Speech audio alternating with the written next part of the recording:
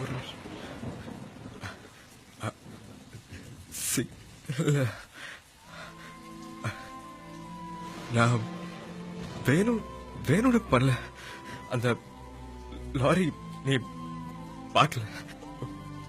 உனக்கு நான் பயமா வந்து இழுத்தும் போது ட்ரெஸ் கிழிச்சு முட்டாள். எனக்கே என் மேல கோபம். கண்டிப்பா உனக்கு என் மேல கோபம் இருக்கும்.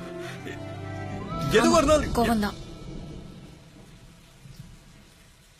நீ மட்டும் பார்க்க வேண்டிய உடம்ப